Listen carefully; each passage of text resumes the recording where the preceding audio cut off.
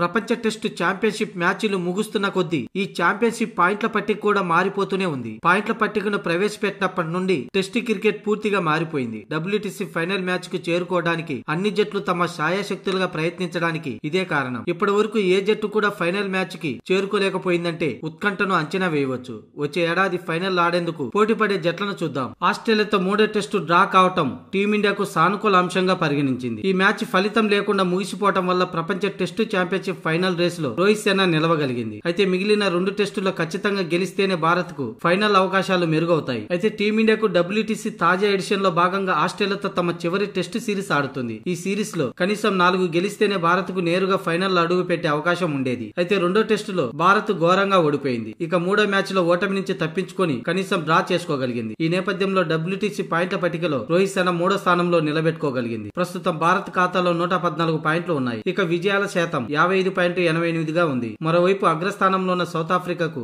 76 పాయింట్లు ఉన్న గెలుపు శాతం 63.33గా ఉంది. ఇక రెండో స్థానంలో ఆస్ట్రేలియా ఖాతాలో 106 పాయింట్లు ఉండగా విన్నింగ్ పర్సెంటేజ్ 58.89గా ఉంది. సౌత్ ఆఫ్రికా తదుపరి సొంత గడ్డ మీద పాకిస్తాన్ తో 2 టెస్టులు ఆడనుంది. ఇక ఆస్ట్రేలియా కూడా టీమిండియాతో బోర్డర్ గవాస్కర్ ట్రోఫీ ముగిసిన తర్వాత శ్రీలంక పర్యటనకు వెళ్లనుంది. ఈ 2 జట్లు తమ చివరి సిరీస్ లో సులువుగానే గెలిచే అవకాశాలు ఉన్నాయి కాబట్టి టీమిండియాకు పెద్ద సవాలే. ఒకవేళ బోర్డర్ గవాస్కర్ సిరీస్ లో టీమిండియా మిగిలిన 2 మ్యాచ్ల్లో గెలిచి ఇతర జట్లపై ఆధారపడాల్సి ఉంది. అంటే శ్రీలంకలో ఆస్ట్రేలియా కనీసం ఒక మ్యాచ్ లోనైనా ఓడిపోవాలి, లేదా సౌత్ ఆఫ్రికాపై పాకిస్తాన్ క్లీన్ స్వీప్ చేయాలి. ఇదైతే అసాధ్యం. కానీ ప్రస్తుతం బోర్డర్ గవాస్కర్ సిరీస్ లో ఆస్ట్రేలియాపై 2 మ్యాచ్లు గెలవడం కూడా అసాధ్యమే. ఇది జరిగితేనే ఆ తర్వాత ఇతర జట్లపై ఫలితాలు టీమిండియాకు అనుకూలంగా మారాలి. ప్రస్తుతానికైతే టీమిండియా థర్డ్ ప్లేస్ లో ఉన్నప్పటికీ ఫైనల్ చేరాలంటే మాత్రం మెల్బోర్న్ టెస్టు తర్వాత టీమిండియా పరిస్థితి అటో ఇటో తేలిపోనుంది.